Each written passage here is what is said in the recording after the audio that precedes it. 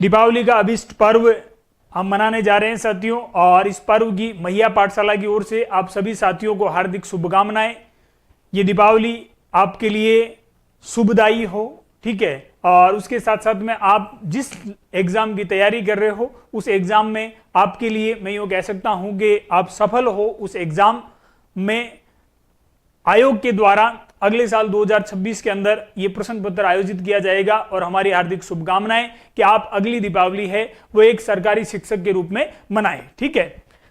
आज MCQ batch की मैं बात करता हूं साथियों, तो एमसीक्यू बैच के अंतर्गत आज पढ़ेंगे अपन जैन धर्म। क्या पढ़ेंगे? जैन धर्म के बारे में पढ़ेंगे, जैन धर्म। अब जैन धर्म के अंतर्गत क्या पढ़ना है? तो कंप्लीटली पढ़ना है। जैन धर्म का उदय भी पढ़ेंगे, जैन धर्म का उदय, और उसके साथ साथ में इस धर्म का प्रसार, इसके साथ साथ में इस धर्म की शिक्षाओं के बारे में पढ़ेंगे कि जैन धर्म की कौन कौन सी शिक्षाएं हैं।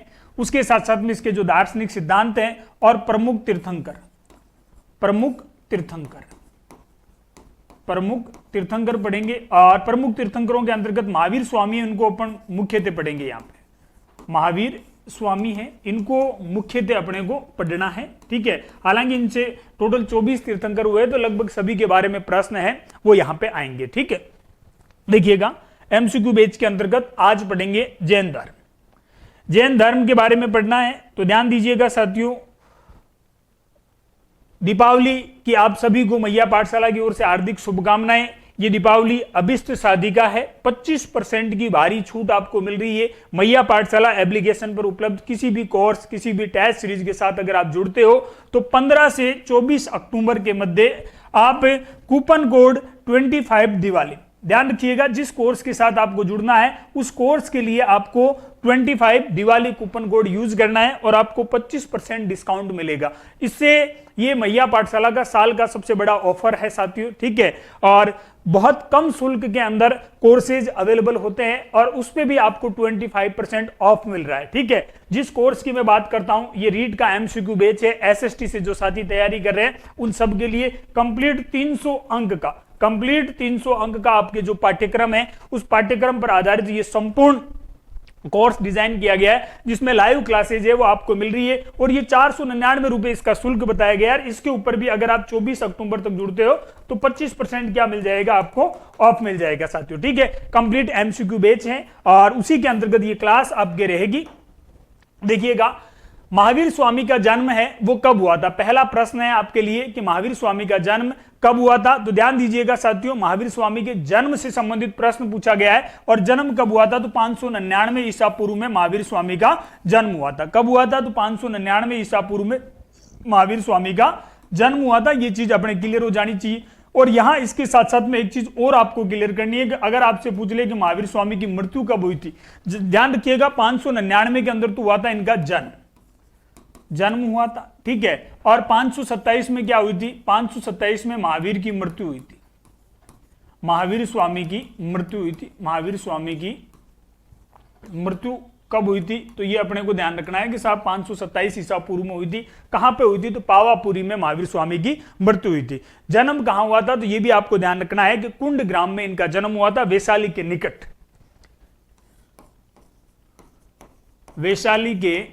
वैशाली के निकट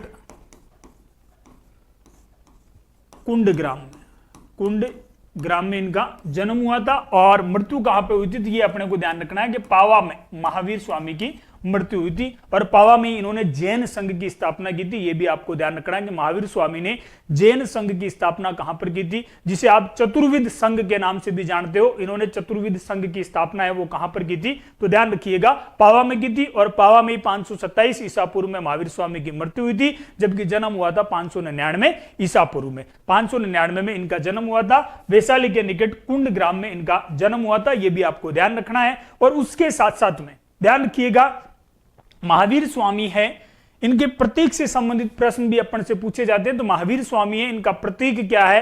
तो ध्यान रखिएगा शेर, सिंह इनका प्रतीक है। शेर यानी कि सिंह है वो महावीर स्वामी का क्या है? प्रतीक माना जाता है। देखिएगा इस प्रश्न की व्याख्या।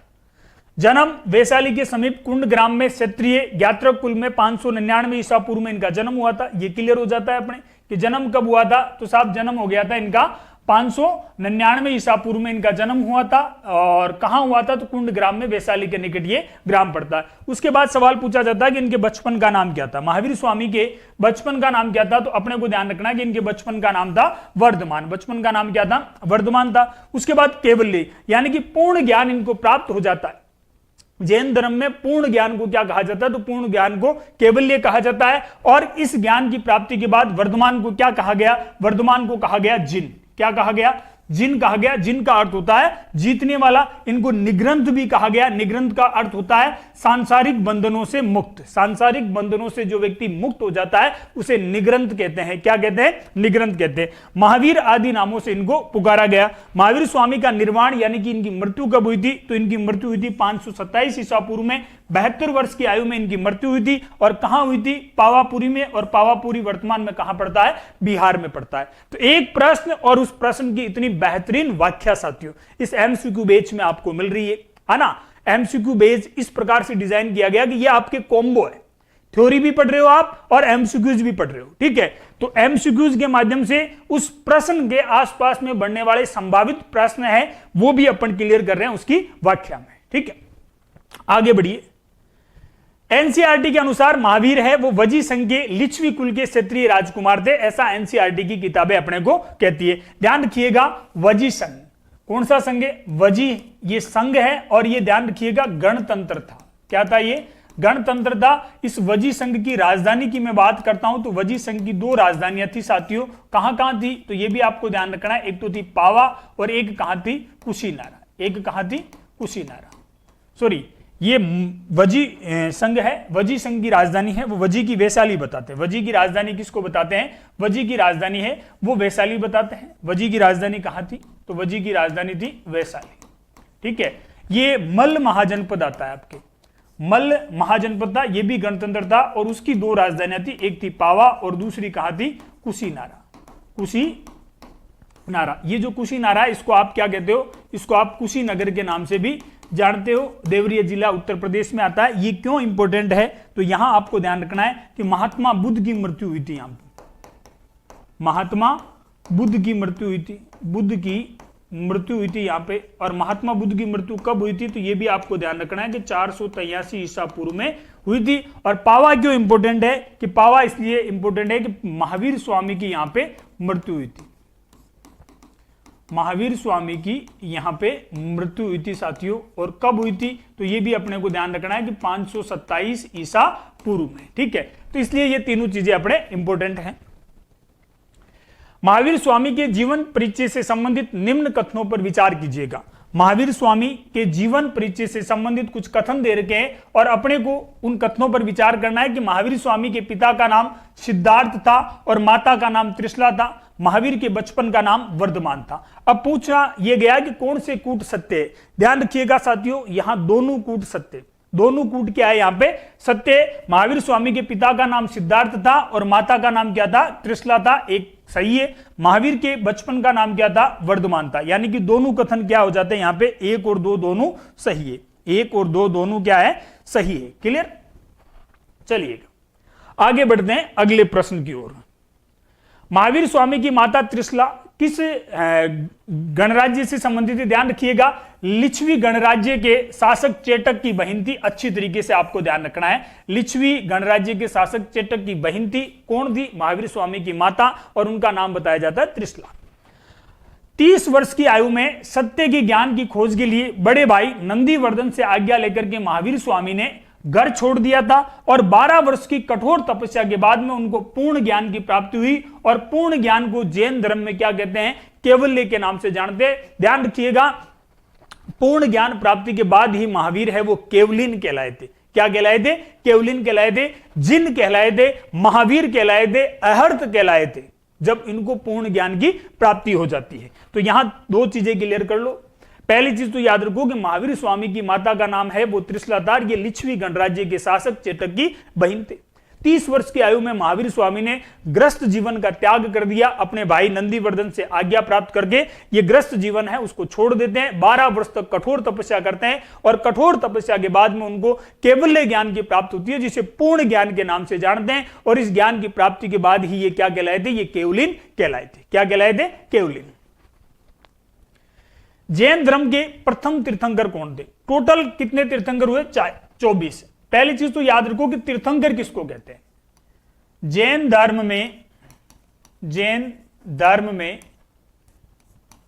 में सांसारिक बंधनों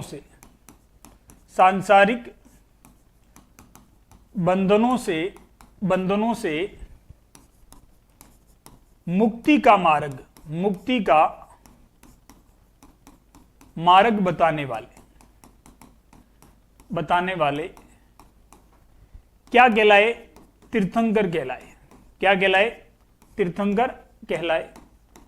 और इन तीर्थंकरों की संख्या कितनी थी? तो ध्यान रखिएगा, संख्या बताई जाती है 24। कितनी? 24 बताई जाती है। पहले तीर्थंकर थे ऋषभदेव और अंतिम 24वें तीर्थंकर थे महावीर स्वामी।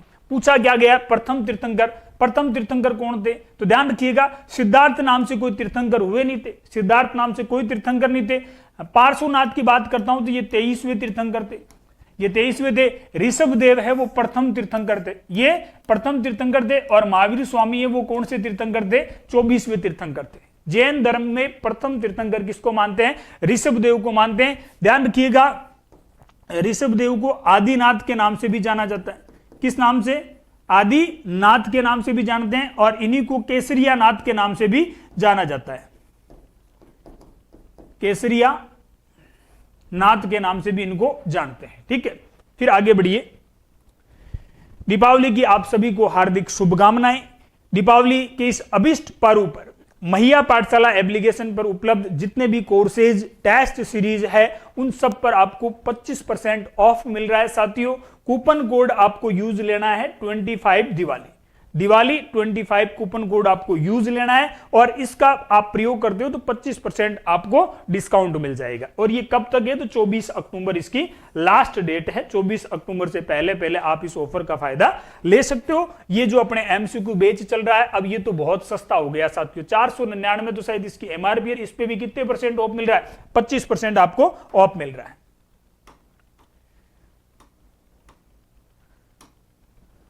देखिए अगला प्रश्न। अच्छा, जैन धर्म के 23वें तीर्थंकर कौन थे? 23वें तीर्थंकर थे पार्श्वनाथ। ध्यान रखिएगा, पार्श्वनाथ का जन्म है वो काशी के इक्ष्वाकु वंशीय राजा अश्वसेन के यहां हुआ था। यहां से सवाल पूछे गए। जैन धर्म के 23वें तीर्थंकर पार्श्वनाथ थे। पार्श्वनाथ का संबंध कहां से? काशी से इनका संबंध है। कहां से इनका संबंध है?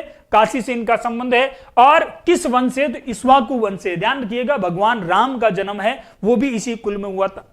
इनकी माता का नाम वामा और विवाह है वो कुश स्थल की राजकुमारी प्रभावती के साथ में हुआ था। कुश स्थल के नाम से किसको जानते हैं? तो ध्यान रखिएगा, कुश स्थल के नाम से जानते हैं कन्नौज को।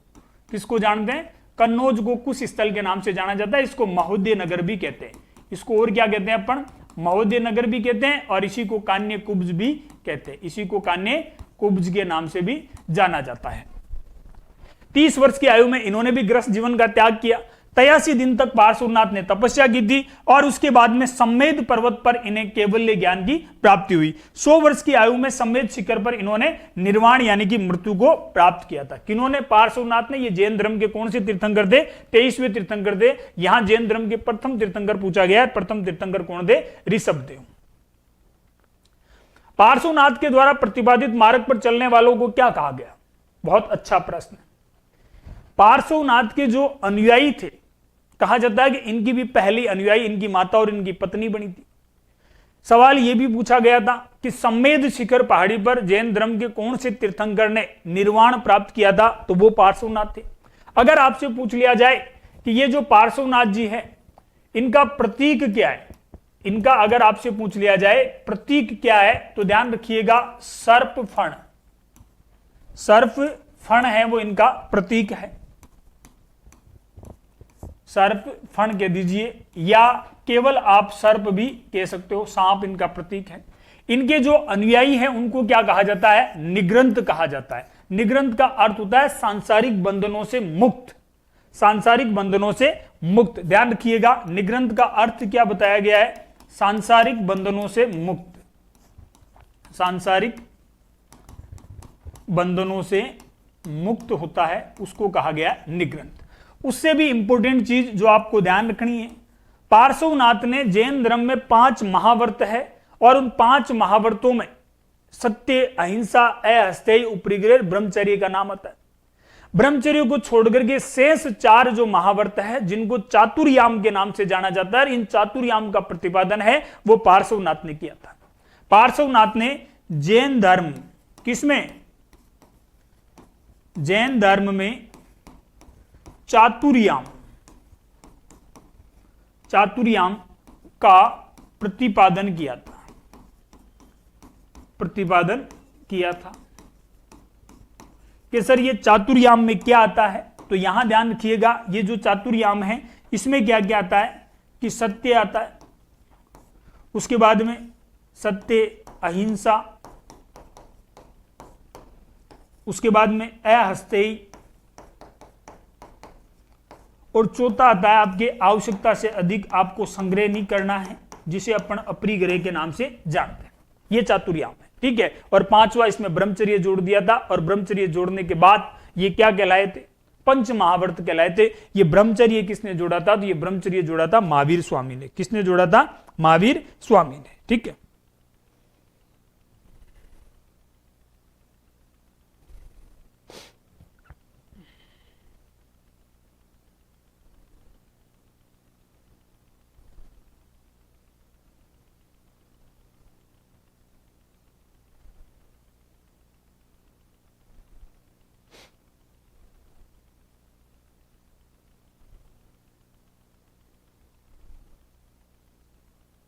चलिए, ऑडियो वीडियो में कोई दिक्कत नहीं है ना?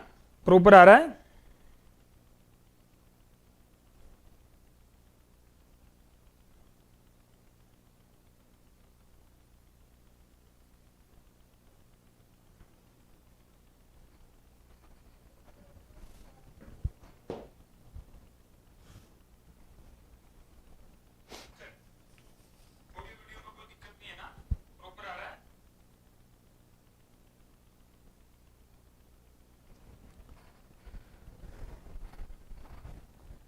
आगे बढ़ते हैं अपन। इनके द्वारा प्रतिपादित मार्ग पर चलकर सांसारिक बंधनों से मुक्ति प्राप्त करने वाले व्यक्ति क्या कहलाए थे? निग्रंथ कहलाए थे। और मैंने भी यही लिखाया था कि सांसारिक बंधनों से मुक्त। पार्श्वनाथ ने चातुर्याम धर्म का प्रतिपादन किया, जिसमें अहिंसा, सत्य, अस्थेय और अपरिग्रह, यानी कि संग्रह नहीं करना। संग्रह का अर्थ होता है आवश्यकता से अधिक संग्रह नहीं करना, ठीक है। निम्न में से कौन से जैन धर्म के त्रिरत्न कहलाए? जैन धर्म के त्रिरत्न में किसको शामिल किया जाता है? तो ध्यान रखिएगा, सम्यक ज्ञान इसमें शामिल है, सम्यक दर्शन शामिल है, सम्यक चरित्र शामिल है, सम्यक कर्मांत है, वो जैन धर्म के त्रिरत्नों में शामिल नहीं है। तो 1, 2, 3 इसका सही उत्तर हो जाएगा। 1, 2, 3।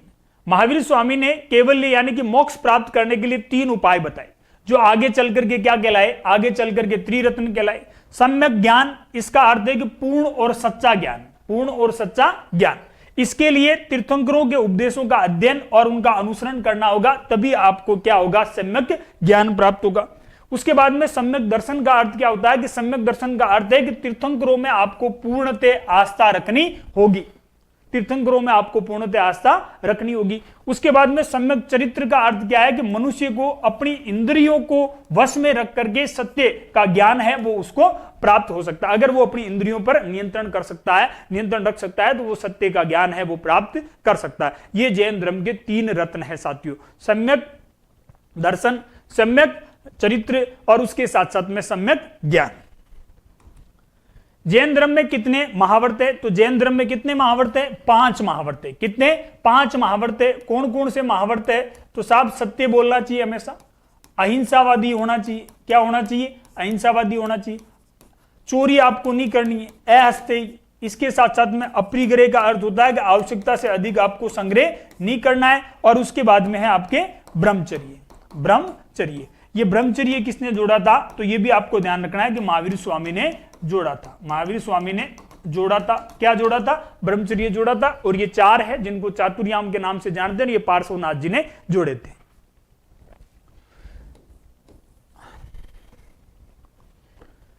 जैन धर्म में 5 मुख्य नियम है जिनको महाव्रत के नाम से जानते हैं। अहिंसा, यानी कि प्राणी मात्र के प्रति दया, समानता और उपकार की भावना होनी चाहिए। प्रत्येक परिस्थिति में व्यक्ति को क्या करना चाहिए? सत्य बोलना चाहिए। भैया आज का टाइम नहीं है, आज के टाइम में हमेशा हर परिस्थिति में आदमी को सत्य नहीं बोलना चाहिए, झूठ भी बोल देना चाहिए। परिस्थितियां देख करके आपको निर्णय लेना चाहिए। जब बहुतों का फायदा हो रहा है, वो कहते हैं ना कि अगर किसी समस्या से बहुत लोगों को फायदा हो रहा है तो फिर उस समस्या का समाधान नहीं करना चाहिए। उसी प्रकार अगर आपके एक झूठ से बहुतों का फायदा हो रहा है या आपके एक झूठ से किसी का घर बस रहा है या किसी का घर बच रहा है तो आपको झूठ बोल देना चाहिए। सत्यवादी हरिश्चंद्र बन के नहीं रहना है, हमेशा आ चीज ध्यान रखो।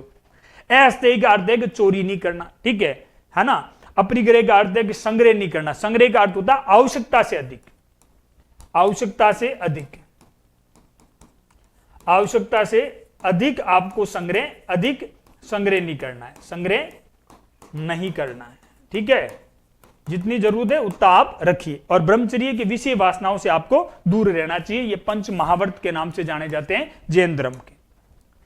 प्रथम 4 महाव्रत है वो पार्श्वनाथ जी ने दिए थे, ये क्लियर हो चुका है। और इसमें 5वां महाव्रत ब्रह्मचर्य महावीर स्वामी ने जोड़ा। ये 5 महाव्रत जैन सन्यासियों हेतु है, जबकि ग्रस्तों के लिए इनका सरल रूप पंच अणुव्रत के नाम से जाना जाता है। ग्रस्तों के लिए इनका सरल रूप है ग्रस्त, क्योंकि उसमें ब्रह्मचर्य नहीं आएगा।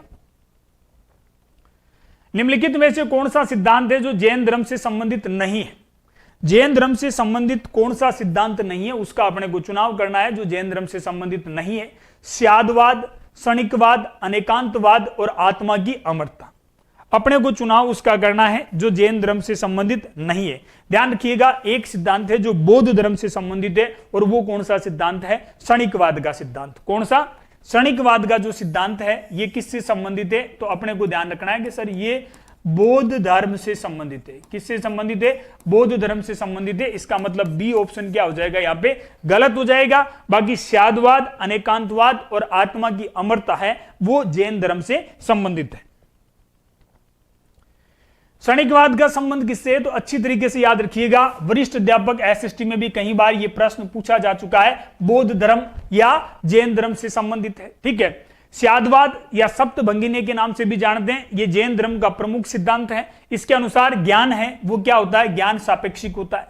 अनेकांतवाद जैन दर्शन का तत्व मीमांसीय सिद्धांत है, और यह धर्म अनेक सत्ताओं को स्वीकार करता है, इसलिए यह धर्म है वो अनेकात्मवाद, अनेकात्मवाद के नाम से, यानी कि बहुत सी आत्माओं के सिद्धांत के नाम से भी इसको जानते हैं। जैन धर्म आत्मा की अमरता, पुनर्जन्म और कर्मवाद में विश्वास रखता है। इस लाइन को अच्छी तरीके से अपने माइंड में सेट कीजिएगा, इस लाइन को अच्छी तरीके से अपने माइंड में सेट कीजिएगा साथियों। जैन धर्म है वो आत्मा की अमरता में विश्वास करता है, पुनर्जन्म और कर्मवाद में जैन धर्म है वो विश्वास करता है, ठीक है। हालांकि ईश्वर के अस्तित्व में विश्वास नहीं करता है, अनिश्वरवादी है ये जैन धर्म। महावीर ने जातिवाद और छुआछूत का विरोध किया और नारी को पूरा सम्मान दिया। सामाजिक कुरीतियों का जमकर इन्होंने विरोध किया था। इन्होंने कहा था कि किसी भी बात को एक ही पक्ष से मत देखो, तुम जो कहते हो वे सत्य हो सकता है, किंतु दूसरे जो कहते हैं वे भी तो सत्य हो सकता है, और यही ज्ञान की सापेक्षता का सिद्धांत है। किसी चीज को एक दृष्टिकोण से मत देखो, एक नजरिए से मत देखो, यानी कि ज्ञान की सापेक्षता का सिद्धांत कह रहा है कि जो तुम कह रहे हो वो सत्य हो सकता है, लेकिन जो दूसरे कह रहे हैं वो भी तो सत्य हो सकता है। हो सकता है कि तुम उसके दूसरे पक्ष से परिचित ही नहीं हो, ऐसा भी तो हो सकता है। यही ज्ञान का सापेक्षता का सिद्धांत है। जैन धर्म का दार्शनिक चिंतन मूलतः आत्मा के कल्याण की ओर प्रवृत्त होने की प्रेरणा अपने को देता है। निम्नलिखित में से जैन धर्म है वो किसमें विश्वास रखता है? आत्मा की अमरता, पुनर्जन्म, कर्म के नियम यानी कि कर्मवाद सभी में रखता है। देखो, आत्मा की अमरता में भी विश्वास करता है, पुनर्जन्म में भी विश्वास करता है, और कर्म के नियम यानी कि कर्मवाद है उसमें भी जैन धर्म है वो क्या करता है? विश्वास करता है। इसका मतलब चारों ऑप्शन क्या है साथियों? यहां पे सही है, चारों ऑप्शन यहां पे सही है। ये आपको अच्छी तरीके से याद रखना, ठीक है।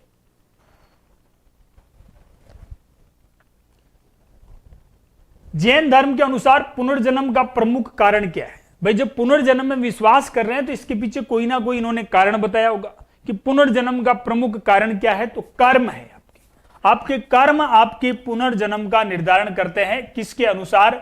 जैन धर्म के अनुसार आपके कर्म ही आपके पुनर्जन्म का निर्धारण करेंगे। जैन धर्म के मतानुसार निम्नलिखित कथनों पर विचार कीजिए। सृष्टि जीव और अजीव से निर्मित है। जीव चेतन है जबकि अजीव अचेतन है। जीव और अजीव कर्म से बंधे हुए हैं। कर्म के बंधन को तोड़ना ही मोक्ष है। अब अपने को सत्य कूट का चयन करना है जो जैन धर्म के अनुसार है। ध्यान रखिएगा, जैन धर्म अपने को क्या कह रहा है? जैन धर्म कह रहा है कि सृष्टि है वो जीव और अजीव दोनों से निर्मित है। बिल्कुल ये सत्य है, बिल्कुल ये सत्य है। जीव चेतन है जबकि अजीव क्या है? अचेतन है। ये भी बिल्कुल सत्य है। जीव और अजीव कर्म से बंधे हुए, ये भी बिल्कुल सत्य है। और कर्म के बंधन को तोड़ना ही क्या कहलाएगा? मोक्ष कहलाएगा। किसके अनुसार? जैन धर्म के अनुसार। यानी कि यहां पे चारों कथन सत्य है साथियों, चारों कथन यहां पे सत्य है। इस प्रश्न को मोस्ट इंपोर्टेंट कीजिएगा, बेहतरीन प्रश्न है और यहां चारों कथन क्या होते हैं? सत्य है। ये रीट का एमसीक्यू बैच है और वरिष्ठ अध्यापक एसएसटी का भी एमसीक्यू बैच चल रहा है। दोनों ध्यान रखिएगा, नाम मात्र के शुल्क में, और 24 अक्टूबर तक आप इस कोर्स के साथ जुड़ते हो। 300 अंकों का कंप्लीट पाठ्यक्रम है, सेकंड ग्रेड का भी 300 अंकों का कंप्लीट पाठ्यक्रम है। ध्यान रखिएगा, 25% आपको ऑफ मिल जाएगा अगर आप 24 अक्टूबर तक इस कोर्स के साथ में जुड़ते हो तो 25% क्या मिल जाएगा? आपको ऑफ मिल जाएगा। कूपन कोड आपको दिवाली 25 है जो मैंने बताया, वो आपको यूज करना है, जिसमें 250 घंटे की समथिंग क्लासेज रहेगी। अधिकतम सेवा चयन बोर्ड के न्यू परीक्षा पैटर्न पर आधारित मानक पुस्तकें और एनसीईआरटी और आरबीसी सार सहित इसमें इंक्लूड रहेगा। 3000 प्लस टॉपिक वाइज एमसीक्यूज रहेंगे जिसमें पीवाईक्यूज भी रहेंगी। विस्तृत व्याख्या जो आप देख रहे हो इस प्रकार से आपको मिलेगी। पीडीएफ प्रिंट का ऑप्शन मिल जाएगा और अंतिम समय में शॉर्ट्स नोट्स के माध्यम से संपूर्ण पाठ्यक्रम का रिवीजन भी करवाया जाएगा। ठीक है, तो और क्या लोग रहे? नाम मात्र के शुल्क में एसएसटी वालों के लिए, जिसका सबसे लेंथी सिलेबस होता है। ठीक है, और एसएसटी वाले साथियों के लिए मैंने प्रूफ सहित प्रमाण आपको YouTube पे उपलब्ध करवाए थे वरिष्ठ अध्यापक भर्ती परीक्षा के अंतर्गत, आगे भी उपलब्ध करवाऊंगा ऐसा। और रीट वालों के लिए भी ये चीजें हैं वो बहुत इजी करने का प्रयास कर रहा हूं मैं। ठीक है, जैन धर्म है वो नास्तिक, वेदों को मान्यता नहीं देता। ये मैंने आपको कल की क्लास में बता दिया था कि 3 दर्शन है, जैन, बौद्ध और चावार्क, या जिसे आप लोकायत दर्शन के नाम से जानते हो, ये नास्तिक दर्शन के अंतर्गत आते हैं। चावार्क यानी कि लोकायत दर्शन है, उसको तो नास्तिक शिरोमणि के नाम से जाना जाता है। किस नाम से? नास्तिक शिरोमणि के नाम से उसको जाना जाता है। ये अनिश्वरवादी है, यानी कि ईश्वर के अस्तित्व है उसको विश्वास नहीं करते, ईश्वर को सृष्टि का निर्माता नहीं मानते। इनके अनुसार कर्म है वो पुनर्जन्म का कारण है। इस लाइन को मोस्ट इंपोर्टेंट कीजिएगा, ये पीछे भी एक प्रश्न आया था और यहां पर भी लिखा हुआ है कि जैन धर्म के अनुसार कर्म ही पुनर्जन्म का निर्धारण करते हैं। कर्म पुनर्जन्म का निर्धारण करते हैं। मोक्ष केवल्य प्राप्ति हेतु जैन धर्म है वो त्रिरत्नों का अनुसरण करता है। ठीक है, और त्रिरत्न कौन कौन से थे ये अपन पीछे पढ़ चुके हैं कि सम्यक ज्ञान, सम्यक दर्शन और सम्यक आचरण, या सीधा सा आप कह सकते हो सम्यक चरित्र। ठीक है, ये त्रिरत्न है और ये त्रिरत्नों का अगर आप अनुसरण करते हो तो मोक्ष यानी कि केवल्य आपको प्राप्त हो जाएगा। इसमें जीव की ओर कर्मों का प्रवाह रुक जाता है। जीव की ओर कर्मों का प्रवाह अगर रुक जाता है तो उसको संवर के नाम से जानते हैं, और जब सिंचित कर्म नष्ट हो जाते हैं तो उसको निर्जरा कहा जाता है। सिंचित कर्म जब नष्ट हो जाते हैं तो उसको किस नाम से जानते हैं? उसको निर्जरा के नाम से जानते हैं। ध्यान रखिएगा, संवर और निर्जरा वाला कंसेप्ट है वो अच्छी तरीके से आपको ध्यान रखना है। संवर और निर्जरा का कंसेप्ट अच्छी तरीके से आपको ध्यान रखना है। कर्म है वो पुनर्जन्म का निर्धारण करते हैं जैन दर्शन के अनुसार, ये भी आपको ध्यान रखना है। सिंचित कर्म, जो आपने कर्म किए हैं वो सिंचित कर्म अगर नष्ट हो जाते, देखो सबसे पहले तो संवर किसको कहते हैं कि जीव की ओर कर्मों का प्रवाह है वो रुक जाता है तो उसे संवर कहते हैं। और अब जो कर्म आपने किए थे सिंचित कर्म है वो भी धीरे धीरे क्या हो जाते हैं? नष्ट होना प्रारंभ हो जाते, तो उसको निर्जरा के नाम से जाना जाता है। ठीक है, जैन साहित्य से संबंधित कथनों में से कौन सा कथन सही है? जैन साहित्य से संबंधित कुछ कथन दे रखे हैं और इनमें से कौन सा कथन सत्य है? जैन साहित्य में आगम सबसे प्रमुख है। ये सीधा सा सवाल आता है, ध्यान रखिएगा। आगम साहित्य का संबंध किससे है? तो अच्छी तरीके से याद रखिएगा, जैन धर्म से संबंधित है आगम साहित्य। जैन साहित्य प्राकृत भाषा में लिखा गया। आचार्यांग सूत्र में जैन साधुओं के आचार व्यवहार से संबंधित नियमों का संकलन है। उपयुक्त सभी सारे सही है, ए भी सही है, बी भी सही है, सी भी सही है। देख लो भैया, एमसीक्यू बैच, यानी कि टॉपिक से कुछ भी चीज नहीं छूटी जाएगी, कुछ भी नहीं छोड़ेंगे अपन। इस प्रकार से ये एमसीक्यूज और इनकी व्याख्या डिजाइन की गई। अगर सवाल पूछ ले कि जैन साहित्य से सवाल आता है कि जैन साहित्य है वो किस भाषा में लिखा गया? तो प्राकृत भाषा में लिखा गया। अर्धमागधी भाषा में उपदेश दिए थे महावीर स्वामी ने। ठीक है। आगम साहित्य का संबंध किससे? जैन साहित्य से है। ठीक है। आचरांग सूत्र में जो जैन साधु है उनके आचार व्यवहार से संबंधित नियमों का संकलन है। जिस प्रकार बौद्ध धर्म में अपन विनय पिटक पढ़ते हैं और विनय पिटक में बौद्ध भिक्षुओं और भिक्षुणियों के लिए नियमों का संग्रह मिलता है, उसी प्रकार जैन दर्शन के अंदर आचरांग सूत्र में, किसमें? आचरांग सूत्र में अपने को जैन साधुओं के आचार व्यवहार से संबंधित नियमों की जानकारी मिलती है। यानी कि उपयुक्त सभी क्या है यहां पे? सही है। डी ऑप्शन सही। जैन दर्शन, इसकी रचना है, अच्छा, रचना 4वीं शताब्दी ईसा पूर्व से 6वीं शताब्दी के मध्य धार्मिक संगतियों और जैन विद्वानों के द्वारा की गई है। आगम साहित्य की मैं बात करता हूं तो जैन साहित्य को क्या कहते हैं? आगम। आगम का अर्थ होता है सिद्धांत। साहित्य में आगम के अंतर्गत कितने? 12 अंग आते हैं और 12 ही उपांग आते हैं। 10 आते हैं प्रकीर्ण, 6 आते हैं छेद सूत्र, 1 नंदी सूत्र, 1 अनुयोग सूत्र और 4 आते हैं मूल सूत्र। वर्तमान में उपलब्ध जैन धर्म की शिक्षाएं लगभग 1500 के आसपास में, मैं कह सकता हूं कि 1500 के आसपास वर्ष पूर्व गुजरात के वल्लभी नामक स्थान पर मैत्रक राजवंश के संरक्षण में द्वितीय जैन संगति का आयोजन किया गया था, जिसकी अध्यक्षता आचार्य समा शर्मण देवर्दिगण के द्वारा की गई थी 512-13 ईस्वी के आसपास में, और उसमें इनका संकलन पूर्ण हुआ था। आगम ग्रंथ महावीर के प्रवचनों को गणधरों ने संकलित और उत्तरवर्ती आचार्यों ने लिपिबद्ध किया, जो आगम कहलाते हैं। इनकी ज्ञात संख्या 12 है और जैन दर्शन के ये मूल आधार माने जाते हैं। ठीक है। निम्नलिखित में से कौन से वक्तव्य सही है? सही वक्तव्य का अपने को चुनाव करना है। जैन गुरु महावीर भगवान बुद्ध के समकालीन थे। ठीक है। अहिंसा के सिद्धांत का प्रतिपादन महावीर ने किया। विनय पिटक बौद्ध धर्म के दर्शन की शिक्षा देने वाला ग्रंथ है ना। दर्शन की शिक्षा कहां दे रहा है? विनय पिटक है वो बौद्ध धर्म में दर्शन की शिक्षा नहीं दे रहा। दार्शनिक शिक्षा तो अपने को सुत्त पिटक के अंतर्गत मिलती है। विनय पिटक की मैं बात करता हूं तो यहां भिक्षु और भिक्षुणियों के लिए, भिक्षु और भिक्षुणियों के लिए, भिक्षुणियों के नियमों का संग्रह, आचार व्यवहार के नियम है, तो से ऑप्शन तो गलत है। भगवान महावीर का जन्म आधुनिक बिहार के पाटलिपुत्र के निकट हुआ था, यह भी ठीक है। अनेकांतवाद जैन दर्शन का एक महत्वपूर्ण सिद्धांत है। अनेकांतवाद है वो जैन दर्शन का एक महत्वपूर्ण सिद्धांत है। ए, बे और दे ये सही है साथियों। केवल 3 नंबर ऑप्शन गलत है। यहां पे ए, बे और डी है वो क्या है? सही है, ये सही है। ठीक है।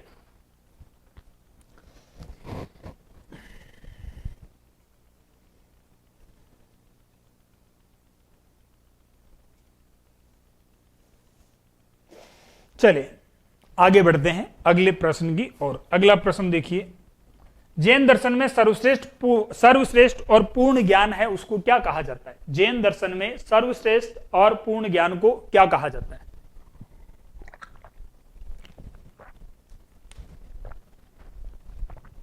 सर्वश्रेष्ठ और पूर्ण ज्ञान है उसको जैन दर्शन में क्या कहा जाता है? तो उसको कैवल्य के नाम से जानते हैं। किस नाम से जानते हैं? कैवल्य के नाम से जानते हैं। कैवल्य के नाम से।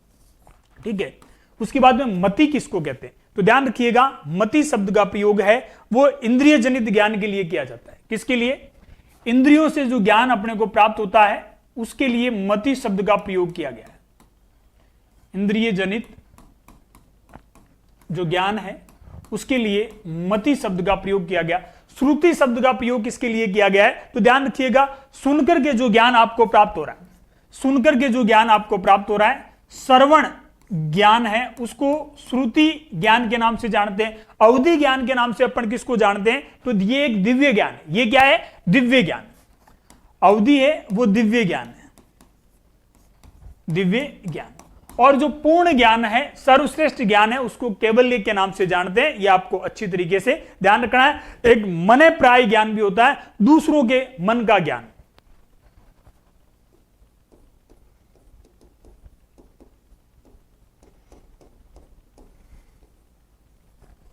दूसरों के मन का ज्ञान, दूसरों के मन का जो ज्ञान। कई बार क्या करें ना कि थारे मन में कहीं चाले मन पहली ठा पड़ गई। ठीक है। अब ये ठा पड़ा करे अपन। ठीक है। तो ये मने प्राय ज्ञान के नाम से जाना जाता है। तो ये 5 प्रकार का ज्ञान है वो जैन धर्म के अंतर्गत आता है। तो इसको भी आप मोस्ट इंपोर्टेंट कर लीजिएगा। ठीक है। जो साथी स्कूल व्याख्याता हिस्ट्री से तैयारी कर रहे हैं उनके लिए भी ये बहुत उपयोगी रहेगी क्लास। जैन धर्म में ज्ञान के 3 स्रोत बताए गए। प्रत्यक्ष, अनुमान और शब्द। ध्यान रखिएगा, ये शब्दों से जो ज्ञान प्राप्त होता है, ये तीर्थंकरों के जो वचन है, उन वचनों से अपने को जो ज्ञान प्राप्त हो रहा है वो शब्द ज्ञान है। एक प्रत्यक्ष ज्ञान होता है, एक अनुमान ज्ञान होता है। ठीक है, जैन धर्म में ज्ञान के 5 प्रकार बताए गए। पहला मति ज्ञान है, जो इंद्रिय जनित ज्ञान है, इंद्रियों के माध्यम से जो ज्ञान अपन प्राप्त कर रहे हैं उसे मति ज्ञान के नाम से जानते हैं।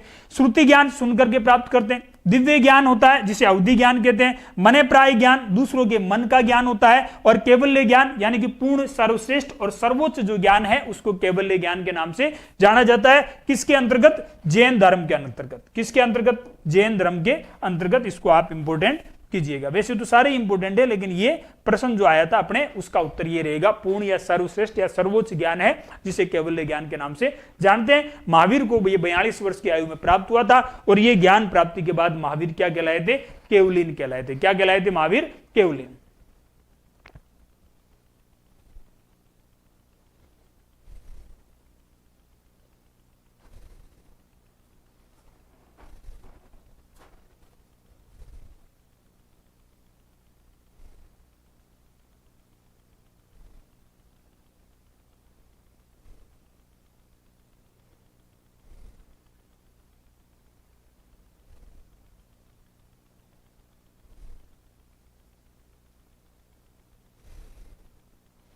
आगे बढ़िए अगले प्रश्न की ओर।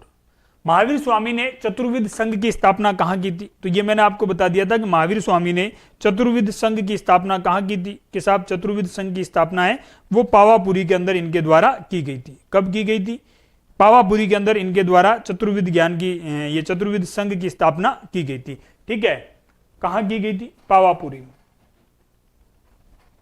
पावापुरी में। ठीक है, और पावा में इनकी क्या हुई थी? मृत्यु हुई थी। महावीर स्वामी ने पावा में जैन संघ की स्थापना की थी। कहां की थी? पावा में। इसी को चतुर्विध संघ के नाम से जानते हैं। अच्छी तरीके से आपको ध्यान रखना है। जिसमें 11 प्रमुख अनुयायी थे और इन 11 प्रमुख अनुयायियों को क्या कहा गया था? इनको गणधर कहा गया था या गंधर्व के नाम से इनको संबोधित किया गया था। जैन भिक्षुओं को परिवारजक अथवा श्रमण तथा जैन भिक्षुणियों को परिवारजिका अथवा आर्यिका अथवा सांध्वी के नाम से संबोधित किया गया था। अच्छी तरीके से याद रखिएगा इन फैक्ट को। पावा में जैन संघ की स्थापना की थी। इसी को चतुर्विध संघ के नाम से भी जानते हैं। ठीक है, 4 समूहों को इसमें शामिल किया गया था, इसलिए इसको चतुर्विध संघ कहते हैं। महावीर के जो प्रमुख अनुयायी थे उनकी संख्या 11 है और इन 11 अनुयायियों को गणधर या गंधर्व कहा गया था। जो जैन भिक्षु है, जो जैन भिक्षु है उनको परिवारजक या श्रमण कहा गया और जो जैन भिक्षुणियां हैं उनके लिए परिवारजिका अथवा आर्यिका या सांध्वी शब्द का प्रयोग किया गया था। जैन संघ के जो ग्रस्त सदस्य है उनको आयाजक कहा गया। ठीक है, अथवा श्रावक श्राविका के नाम से भी इनको आप संबोधित कर सकते हो। इस प्रकार पावा में चतुर्विध संघ की स्थापना हुई जिसमें भिक्षु शामिल थे, भिक्षुणियां शामिल थे, श्रावक शामिल थे और श्राविका शामिल थे। तो ये जो 4 वर्ग है, इन चारों वर्गों को मिलाकर के एक संघ की स्थापना की जाती है पावा में, जिसको चतुर्विध संघ के नाम से अपन जानते हैं। किस नाम से जानते हैं? चतुर्विध संघ के नाम से अपन उसको जानते हैं। तो इस व्याख्या को मोस्ट इंपोर्टेंट कीजिएगा। वल्लभी की द्वितीय जैन सभा का आयोजन, अच्छा अध्यक्ष कौन था? तो देवर्षि गण थे, आचार्य देवर्षि गण थे। ठीक है, अब यहां ध्यान रखिएगा, जैन धर्म की मैं बात करता हूं तो 2 संगतियां हुई थी। जैन धर्म में कितनी संगतियां हुई थी? 2 संगतियां हुई थी। ये जो जैन धर्म है इसमें कितनी संगतियां बताई जाती है? तो 2 संगतियां बताई जाती। ठीक है, प्रथम संगति की मैं बात करता हूं, संगति कह दीजिए, संगति के लिए सभा शब्द है वो भी काम में लिया गया। और ये द्वितीय संगति, द्वितीय संगति, संगति मतलब सभा। प्रथम कब हुई थी? तो जनरली अपने को पढ़ाते हैं कि साहब 300 ईसा पूर्व के आसपास में हुई थी। और द्वितीय कब हुई थी? कि द्वितीय हुई थी साहब 512-13 ईस्वी के आसपास में। ठीक है, इस समय इसका आयोजन कहां हुआ था? तो यह भी अपने को ध्यान रखना है कि आयोजन कहां पे हुआ था। कि सर आयोजन हुआ था इसका पाटलिपुत्र में, पाटलिपुत्र में। जबकि इसका आयोजन कहां हुआ था? कि इसका आयोजन हुआ था वल्लभी में। वल्लभी कहां पड़ता है? कि वल्लभी पड़ता है सर गुजरात में। कहां पड़ता है? गुजरात में। और पाटलिपुत्र कहां पड़ता है? कि सर पाटलिपुत्र को पटना कहते हैं आजकल। ये कहां है? बिहार की राजधानी के नाम से इसको जानते हैं। ठीक है, उस समय यहां का शासक कौन था, तो यह भी अपने को ध्यान रखना है कि शासक कौन था। तो यहां शासक था चंद्रगुप्त। चंद्रगुप्त मौर्य राजवंश का राजा है, ठीक है। और यहां मैं बात करता हूं तो यहां प्रवरसेन था मैत्रक राजवंश का। प्रवरसेन, प्रवरसेन, और ये किस राजवंश से संबंधित है, तो ये भी आपको ध्यान रखना है कि मैत्रक राजवंश से संबंधित था, ठीक है। फिर सवाल पूछे जाते हैं अध्यक्ष। तो यहां जिसके संरक्षण में हुई थी वो कौन थे, तो स्थूलभद्र और संभूति विजय के संरक्षण में आयोजन हुआ था।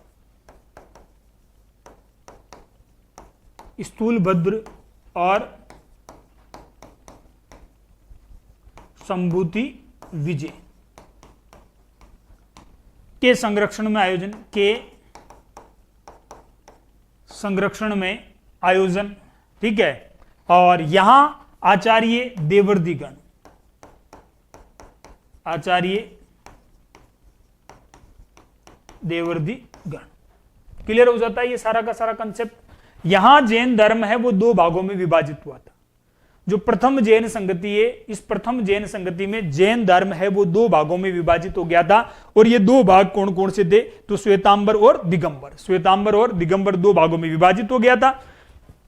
स्थूलभद्र के अनुयायी है वो क्या कहलाए थे, श्वेतांबरी कहलाए थे। और भद्रबाहु के अनुयायी है वो दिगंबरी कहलाए थे, ठीक है। श्वेतांबर मतलब श्वेत रंग के जो वस्त्र धारण करते हैं, और दिगंबर मतलब दिक मतलब दिशाएं है जिनका वस्त्र, वो कहलाए थे दिगंबरी। दिगंबरियों ने अपना केंद्र है वो श्रवणबेलगोला को बना लिया था। श्रवणबेलगोला कर्नाटक में पड़ता है, और श्वेतांबरियों का केंद्र है वो पाटलिपुत्र रहा था, ठीक है, यानी कि मगध रहा था।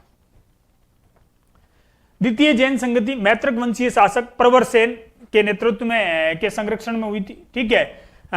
513 ईस्वी में वल्लभी गुजरात में देवर्दिगण समा शर्मण की अध्यक्षता में द्वितीय जैन सभा का आयोजन किया गया था। इस संगति का मूल उद्देश्य क्या था, जैन धर्म के मूल पाठों को एकत्रित कर आगमों का रूप देना, ठीक है। इसमें जैन आगम, जैन धर्म ग्रंथों को अंतिम रूप अर्धमागधी भाषा में दिया गया था। यह भी आपको अच्छी तरीके से याद रखना है, ठीक है। लिपिबद्ध किए गए थे, आगम साहित्य को पूर्ण किया गया था। सूची 1 को सूची 2 के साथ सम्मिलित कीजिए। तीर्थंकर दे रखे हैं और उनके प्रतीक दे रखे हैं, आदिनाथ, मल्लीनाथ, महावीर और पार्श्वनाथ। अब इनको अपने को क्या करना है, सम्मिलित करना है। प्रश्न संख्या 16 आपके स्क्रीन के सामने है, ध्यान रखिएगा। आदिनाथ की बात करते हैं तो इनका प्रतीक है वो सांड था। मल्लीनाथ जी गड़ा था, महावीर का शेर था, पार्श्वनाथ का सर्प था, यानी कि चारों सम्मिलित है। चारों क्या है यहां पे सम्मिलित है। तो 1 2 3 4 सही रह जाएगा इसका उत्तर, 1 2 3 और 4, बी ऑप्शन क्या रहेगा, सही रहेगा। महावीर स्वामी ने अपने प्रवचन किस भाषा में दिए थे, तो साहब अर्धमागधी भाषा में दिए थे। अर्धमागधी भाषा में इन्होंने अपने प्रवचन दिए थे। महावीर स्वामी ने प्राकृत भाषा अर्धमागधी में प्रवचन दिए, जैन धर्म का प्रचार प्रसार किया। बुद्ध की भांति महावीर को भी अपने धर्म सुधार में अनेक राजवंशों की सहायता मिली थी। भगवती सूत्र में इसकी जानकारी अपने को मिलती है, और इस हेतु अपने मातृपक्ष का भी इनको काफी सहयोग मिला था। ये बहुत अच्छा प्रश्न है, पेपर बनाने वाला आजकल डेप्थ में प्रश्न बनाते हैं, और यहां से भी सवाल पूछा जा सकता है। यहां से भी प्रश्न है वो आपसे पूछा जाता है। ये महाजनपदों वाला कंसेप्ट तो हमेशा पूछा ही जा रहा था कि 16 महाजनपदों का उल्लेख है वो किन ग्रंथों में मिलता है, तो साहब भगवती सूत्र जैन धर्म का ग्रंथ है, ठीक है। इसमें 16 महाजनपदों के बारे में अपने को जानकारी मिलती है। इसके साथ साथ में बौद्ध धर्म का अंगुत्तर निकाय है जिसमें 16 महाजनपदों की जानकारी अपने को मिलती है। इसके अलावा महावीर स्वामी के समकालीन जो राजवंश रहे थे, जिन राजाओं ने महावीर स्वामी और जैन धर्म को संरक्षण दिया था, इसकी जानकारी अपने को कहां मिलती है, तो भगवती सूत्र में इसकी जानकारी अपने को मिलती है। यह भी आपको ध्यान रखना। भगवती सूत्र निम्नलिखित श्रेणी का ग्रंथ है। आगम, निरुक्त, चूर्णी या भाष्य, तो यह आगम साहित्य के अंतर्गत आता है। 5वां आगम है ये, ठीक है। ये 2 बैच वरिष्ठ अध्यापक एसएसटी के लिए भी है, एमसीक्यूज बैच है, और रीट के लिए भी एमसीक्यूज बैच है, ठीक है। जो साथी एसएसटी से तैयारी कर रहे हैं, कंप्लीट पाठ्यक्रम, यहां भी एसएसटी का पूरा आपके 8 सब्जेक्ट करवाए जा रहे हैं, और यहां पर भी आपको पूरे के पूरे 300 अंकों का पाठ्यक्रम कवर करवाया जाएगा एमसीक्यूज के आधार पे। और ये मेरी जिम्मेदारी है, आपका कंप्लीट कोर्स है वो करवाया जाएगा, क्योंकि मैक्सिमम पाठ्यक्रम है वो मेरे द्वारा आपको कवर करवाया जाएगा, ठीक है। और ये आपको पता है कि मैं एग्जाम के बाद में प्रूफ सहित बात करने वाला आदमी हूं, ठीक है। 100% की मैं गारंटी नहीं लेता हूं, लेकिन इतना कंटेंट आपको जरूर उपलब्ध करवा देता हूं कि मेरिट जहां तक रहती है उससे ज्यादा ही अंक का कंटेंट आपके पास में रहता है, ठीक है। थ्योरी बेच भी अवेलेबल है, आप जुड़ सकते हो। 25% ऑफ मिल रहा है 24 अक्टूबर तक। 24 अक्टूबर तक आपको 25% मिल जाएगा ऑफ दोनों कोर्स पर, ठीक है।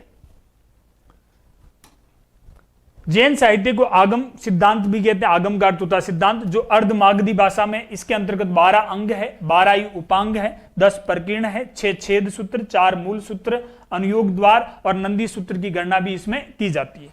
14 पूर्व को प्राचीनतम जैन ग्रंथ माना जाता है, जिन्हें पर्व के नाम से भी अपन जानते हैं, ध्यान रखिएगा। इनको 14 पर्व के नाम से भी जाना जाता है। कालांतर में इनको 12 अंगों में लिपिबद्ध कर दिया गया। 14 पर्वों में महावीर स्वामी के द्वारा दिए गए सिद्धांतों का वर्णन मिलता है। 12 अंग, जैन अंग में इनका सर्व प्रमुख स्थान है। आचरांग सूत्र, सूत्र कृतांग, डाणंग या स्थानांग आता है, समवाय सूत्र आता है, भगवती सूत्र आता है, नेधम का आता है, ठीक है, धर्म कथा, उवाग दशाएं आती है जिसके अंतर्गत अंत्य उवाग दशाओं का सम्मिलित है, अणुतुर वाय दशाएं सम्मिलित है, प्रश्न व्याकरण सम्मिलित है, विभाग स्वयं सम्मिलित है, दिव्या यानी कि दृष्टिवाद इसमें आता है, ठीक है। ये वो थोड़ा डेप्थ में फर्स्ट ग्रेड हिस्ट्री से तैयारी करते हो तो इसको याद कर लेना, बाकी नहीं करना। अंतिम 4 तीर्थंकर और उनके चिन्हों के निम्नलिखित युग्मों में से कौन सा युग्म सम्मिलित नहीं है? क्योंकि 24 तीर्थंकर है, प्रत्येक का कोई ना कोई प्रतीक है। महावीर का सिंह है, सही है। पार्श्वनाथ की बात करते हैं तो पार्श्व का सर्प फण है। पार्श्व का क्या है? पार्श्वनाथ जी का सर्प फण प्रतीक है, ठीक है। तो 2 ऑप्शन गलत है। अरिष्टनेमी का शंख है और नेमिनाथ जी का नीलकमल है, ये बिल्कुल सही है। तो अब पूछा यह गया कि हाथी किसका है? फिर हाथी किसका है? अगर पार्श्वनाथ जी का हाथी है वो नहीं है तो फिर हाथी है वो किसका है? तो यहां अपने को ध्यान रखना है कि अजीत नाथ जी का है। किसका है ये? अजीत नाथ जी का है हाथी, ध्यान रखिएगा। हाथी किसका प्रतीक है? तो अजीत नाथ जी का, ठीक है। तो बी गलत था यहां पे। ऋषभ देव का प्रतीक क्या है? वर्षभ सांड, वर्षभ यानी कि सांड। अजीतनाथ का प्रतीक क्या है? अजीतनाथ जी का हाथी है। संभवनाथ जी का अश्व घोड़ा है। अभिनंदन जी का बंदर है। सुमितनाथ जी का क्रौंच पक्षी है। पद्म प्रभु का कमल है, कमल है, ठीक है। पूरे 24 के 24 है इसमें। सुपार्श्वनाथ जी का स्वास्तिक है, ठीक है। चंद्र प्रभु का अर्धचंद्र प्रतीक है इनका। पुष्पदत्त जी का मकर यानी कि एक जलचर प्राणी है। शीतलनाथ जी का श्रीवत्स प्रतीक है। श्रेयांसनाथ जी का गेंडा है। वास पूज्य जी का भैंसा प्रतीक है। विमलनाथ जी का वराह यानी कि सुअर इनका प्रतीक है। अनंतनाथ जी का सहीबाज पक्षी है। धर्मनाथ जी का वास्तु यानी कि गदा या वज्र इनका प्रतीक है। शांतिनाथ जी का हिरण प्रतीक है। कुंतनाथ जी का बकरा यानी कि छाग इनका प्रतीक है। अहरनाथ जी का मत्स्य यानी कि नंदीवर्त इनका प्रतीक है। मल्लीनाथ जी का कलश प्रतीक है। मुनि सुवर्त जी का कुर्मु यानी कि कछुआ है वो इनका प्रतीक है, ठीक है। उसके बाद में नेमिनाथ जी का नीला कमल है, ठीक है। नेमिनाथ जी का नीला कमल है। और उसके बाद में नेमिनाथ पार्श्वनाथ जी का सर्प फण है इनका प्रतीक। और महावीर जी का सिंह प्रतीक है। यहां प्रश्न संख्या में 22 की, अच्छा ऑप्शन 22 के अंदर रिपीट कर दिया इन्होंने, कोई बात नहीं, अभी अपन इसका समाधान कर लेते हैं।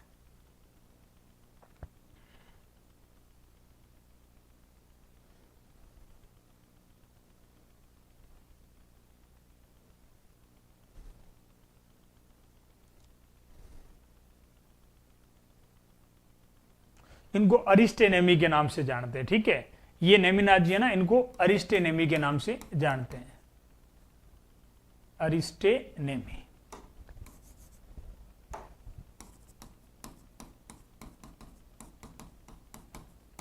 ठीक है।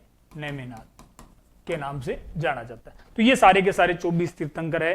देखो वैसे देखा जाए ना तो आजकल प्रश्नों की प्रकृति जिस प्रकार से है, जैसे सवाल पूछे जा रहे हैं, तो ये मान के चलिएगा कि यहां से भी प्रश्न पूछे जाएंगे, क्योंकि वर्तमान का दौर है वो कठिन कंपटीशन का दौर है साथियों, ठीक है। तो आज आप किसी भी सब्जेक्ट में चले जाइएगा, वहां पेपर बढ़ाने वाला जो विषय विशेषज्ञ है वो बड़े कंसेप्ट बेसिस प्रश्न देता है। बहुत डेप्थ में जाकर के प्रश्न है वो पूछे जा रहे हैं। बिल्कुल ऊपरी प्रश्न है वो 5-7 पूछ ले, वो एक अलग बात है। बाकी सिलेक्शन वाले प्रश्न है वो डेप्थ वाले प्रश्न आप सोल्व करोगे तभी सिलेक्शन होगा, ठीक है। भगवान महावीर का प्रथम शिष्य कौन थे? तो इनके दामादी थे जिनका नाम जमाली के नाम से जाना जाता है। जमाली इनके प्रथम शिष्य थे।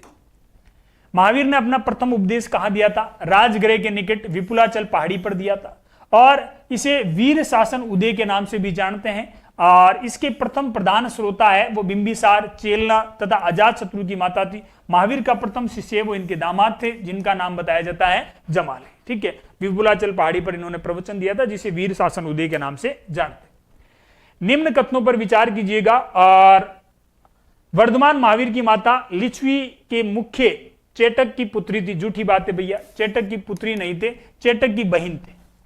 चेटक की क्या थे? बहन थे। यानी कि 1 नंबर ऑप्शन तो क्या हो गया? गलत हो गया। गौतम बुद्ध की माता कोल्य राजवंश की राजकुमारी थी, यह बिल्कुल सही है। 23वें तीर्थंकर पार्श्वनाथ का संबंध बनारस से है, यह भी बिल्कुल सही है। यानी कि 1 और 2 यहां पे सही है, सॉरी 2 और 3 सही है, बी और सी सही है। ठीक है, कितना इजी सवाल है, लेकिन कई बार क्या करते हैं अपन प्रश्न को ढंग से पढ़ते ही नहीं। ठीक है, और यहां कितनी छोटी सी गलती थी कि वर्धमान महावीर की माता लिच्छवी राजा थे, चेटक उनकी बहन थे ना कि पुत्री थे। ठीक है, यहां तक पढ़ा, आगे गए नहीं तो फिर पूरा गड़बड़ हो जाएगा। वर्धमान महावीर की माता त्रिशला, जिन्हें विदेहता के नाम से भी जानते हैं, ये वैशाली के लिच्छवी कुल के प्रमुख चेटक की बहन थे, न कि उनकी पुत्री। इसी कारण मातृपक्ष से मगध के हरियक शासक बिंबिसार तथा अजात शत्रु के निकट संबंधी थे। 23वें तीर्थंकर पार्श्वनाथ का जन्म वाराणसी यानी कि बनारस में भगवान महावीर के लगभग 250 वर्ष पूर्व हो चुका था। संलेखना का अर्थ क्या है? संलेखना या संथारा, ध्यान रखिएगा, लगभग सिमिलर है। जैन धर्म में उपवास द्वारा अन्न जल का त्याग करके शरीर का त्याग है, जिसे संलेखना या संथारा के नाम से जाना जाता है। ठीक है, उपवास के द्वारा मृत्यु वरण करने का एक धार्मिक संस्कार है और इसी को क्या कहते हैं? अपन संलेखना के नाम से जानते हैं। निम्नलिखित में से कौन सबसे पूर्वकालिक जैन ग्रंथ कहलाते हैं? 12 अंग, 12 उपांग, 14 पर्व या 14 उपपर्व। कितना अच्छा प्रश्न है, इसका उत्तर आना चाहिए। ठीक है, क्योंकि इस प्रश्न को अपन पहले सोल्व कर चुके हैं साथियों। जैन धर्म के अंतर्गत बात करते हैं, मैंने कहा था कि पर्व या पूर्वी को ही 12 अंगों में संकलित किया गया था। महावीर की शिक्षाओं का जिनमें संकलन मिलता है तो 14 पर्व है, ये सबसे प्राचीन माने जाते हैं। ये जो 14 पर्व है यही 12 अंगों में संकलित होते हैं द्वितीय जैन संगति में।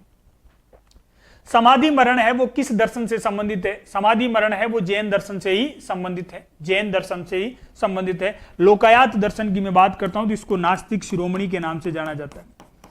नास्तिक शिरोमणि के नाम से इसको जाना जाता है, ये आपको ध्यान रखना है। ठीक है, जिस जैन ग्रंथ से 16 महाजनपदों की सूची मिलती है, ये क्लियर हो गया था अपने भगवती सूत्र।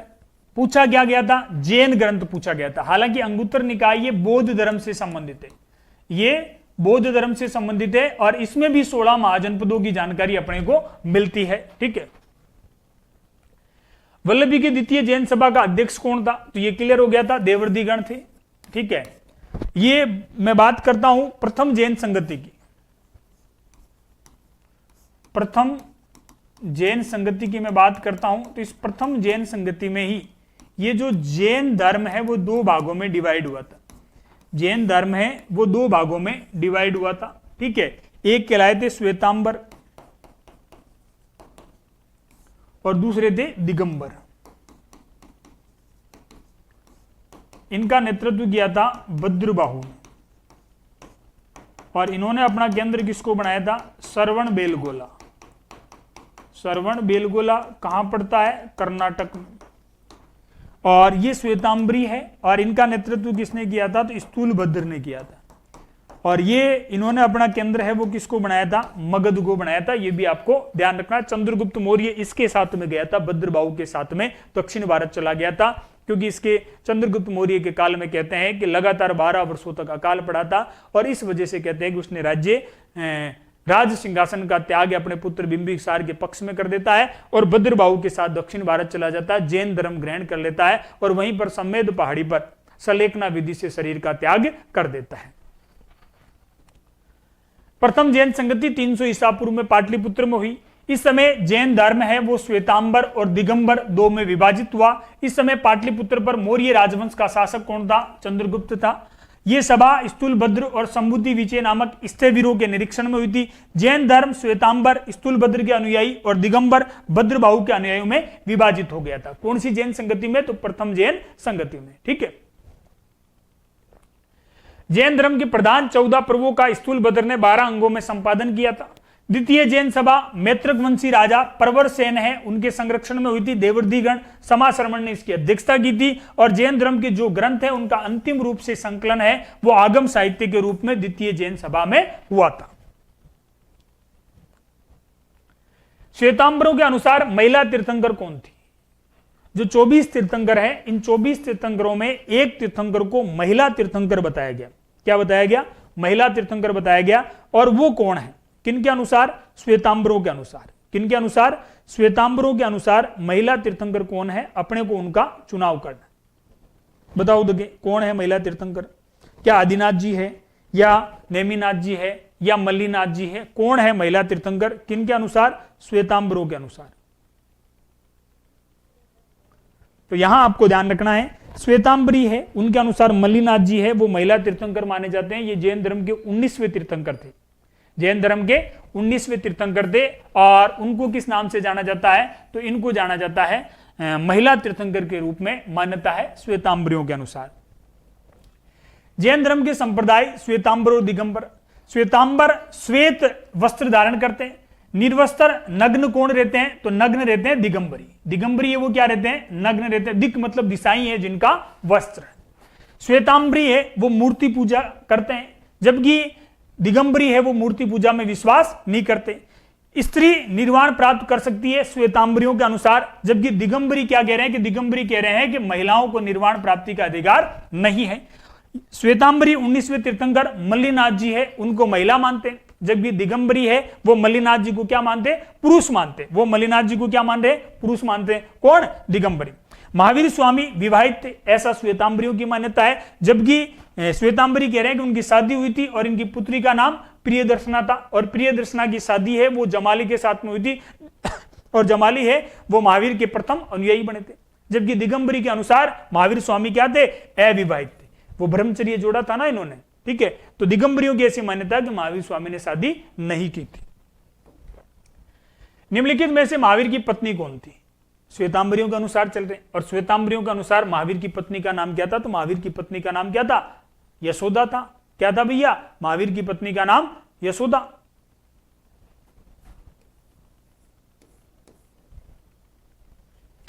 महावीर स्वामी की मृत्यु किस स्थान पर हुई थी? पावा में हुई थी। कब हुई थी? यह भी आपको ध्यान रखना है कि 527 ईसा पूर्व में इनकी मृत्यु हुई थी। कुंडग्राम में क्या हुआ था? कुंडग्राम में इनका जन्म हुआ था। जन्म हुआ था कब हुआ था? 599 ईसा पूर्व में। ठीक है। लुम्बिनी की बात करते हैं तो महात्मा बुद्ध का जन्म हुआ था। महात्मा बुद्ध का जन्म हुआ था। और कब हुआ था? तो यह भी अपने को ध्यान रखना है कि महात्मा बुद्ध का जन्म हुआ था 563 ईसा पूर्व में, 563 में। और कुशीनगर में महात्मा बुद्ध की मृत्यु हुई थी। महात्मा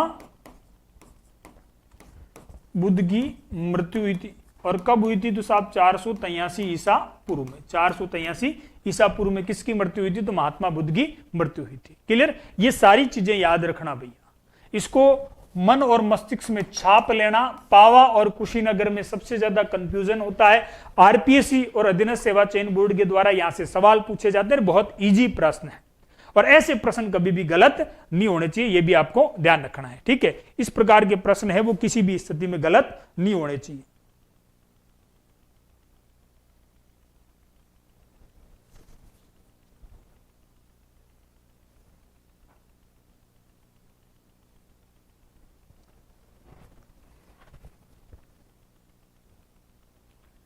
निम्नलिखित में से सत्य कथन को चुनिए। बुद्ध और महावीर दोनों ही परमात्मा के अस्तित्व में विश्वास करते थे। करते थे क्या? ना, कतई नहीं करते। परमात्मा के अस्तित्व में विश्वास नहीं करते थे। ये तो बुद्ध और महावीर का मतलब क्या हो गया? ये तो अनीश्वरवादी थे। अनीश्वरवादी थे, ईश्वर के अस्तित्व को स्वीकार ही नहीं करते थे। बुद्ध और महावीर दोनों ने आत्मा के अस्तित्व में विश्वास किया, ना अनात्मवादी थे। ये क्या थे? अनात्मवादी।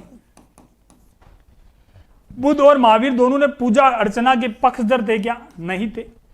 बुद्ध और महावीर दोनों ने कर्मवाद का समर्थन किया था, बिल्कुल किया था। कर्मवाद का समर्थन किया था। बाकी तीनों कथन क्या है यहां पे गलत है साथियों, तीनों ही कथन गलत है। बाकी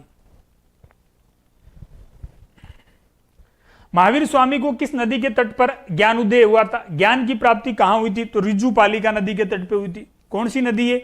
रिजुपालिका नदी के तट पर महावीर स्वामी को ज्ञान की प्राप्ति हुई थी। 30 वर्ष की अवस्था में घर छोड़ दिया था और माता पिता की मृत्यु के पश्चात उन्होंने अपने बड़े भाई नंदीवर्धन की आज्ञा से ग्रस्त जीवन का त्याग कर दिया था। 12 वर्षों तक कठोर तपस्या की थी। 12 साल तक इन्होंने कठोर तपस्या की। जाम्बिक ग्राम है, उसके निकट रिजुपालिका नदी के तट पर एक साली वृक्ष के नाम से भी जानते हैं, उसके नीचे इनको केवल्य ज्ञान यानी कि पूर्ण ज्ञान की प्राप्ति होती है। और पूर्ण ज्ञान की प्राप्ति के बाद क्या कहलाए? केवलीन कहलाए। इसके बाद ही ये जिन कहलाए थे, विजेता कहलाए थे। योग्यतम और पूजनीय होने के कारण इनको अहर्त भी कहा गया था और निग्रंथ यानी कि सांसारिक बंधनों से मुक्त कहलाए थे। ठीक है, अपनी साधना में अटल रहने और अतुल पराक्रम दिखाने के कारण ही इनको क्या कहा गया? महावीर के नाम से इनको संबोधित किया गया था।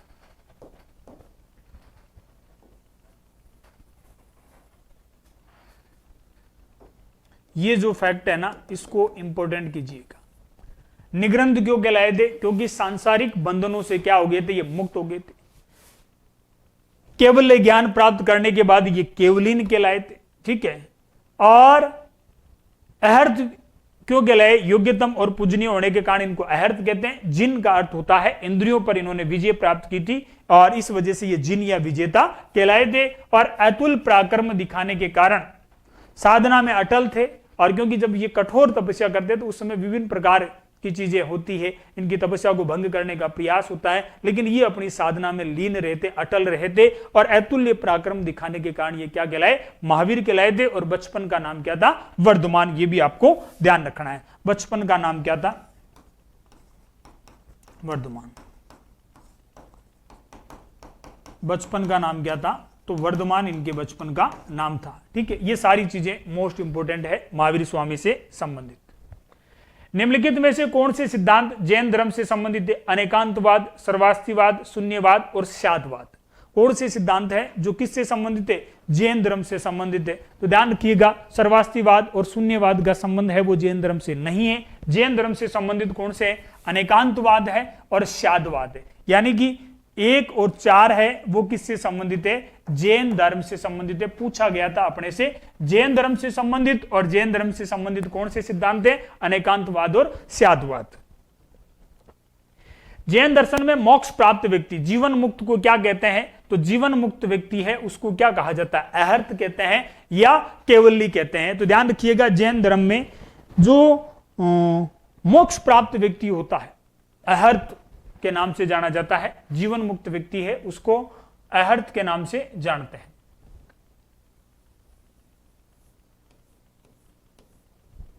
ठीक है, शायद ये सेकंड ग्रेड 2016 में आया हुआ प्रश्न है। आरपीसी ने सेकंड ग्रेड 2016 में यह सवाल पूछा था। सेकंड ग्रेड 2016 एसएसटी में यह सवाल आया था। ठीक है, पूर्व सिंचित कर्मों के विनाश की प्रक्रिया को जैन धर्म में क्या कहा जाता है? पहले के जो आपके कर्म है, जो सिंचित कर्म है और उनका क्या हो रहा है? उनका विनाश हो रहा है, तो उसको क्या कहोगे? उसको निर्जरा कहोगे। उसको क्या कहोगे? निर्जरा के नाम से आप संबोधित करोगे। भारत की धार्मिक प्रथाओं के संदर्भ में स्थानकवासी संप्रदाय का संबंध किससे है? बौद्ध मत, जैन मत या वैष्णव मत से? तो साहब जैन मत से संबंधित है। किससे संबंधित है? जैन मत से संबंधित है। जैन धर्म के 2 संप्रदाय थे, श्वेतांबर और दिगंबर। स्थानकवासी श्वेतांबर संप्रदाय का उप संप्रदाय है और इसके अलावा इसे पुजेरा भी कहते हैं, इसको डेरावासी भी कहते हैं, इसको ढूंढिया भी कहते हैं, इसको स्थानकवासी या तेरापंथी के नाम से भी अपन इसको जानते हैं। ये सारे के सारे इसके उप संप्रदाय है। स्थानकवासी या विस्तोला मूर्ति पूजक नहीं थे, केवल जैन सिद्धांतों में विश्वास करते थे। इनको विस्तोला भी कहा जाता है, ये मूर्ति पूजक नहीं थे। कौन से शासक हैं जिन्होंने जैन धर्म को संरक्षण दिया था? खारवेल और चंद्रगुप्त ने तो दिया था, शिशुनाग ने नहीं दिया था। शिशुनाग ने नहीं दिया था। ध्यान रखिएगा, नाग द्वारा रक्षित होने के कारण ही यह शिशुनाग कहलाया था। ठीक है,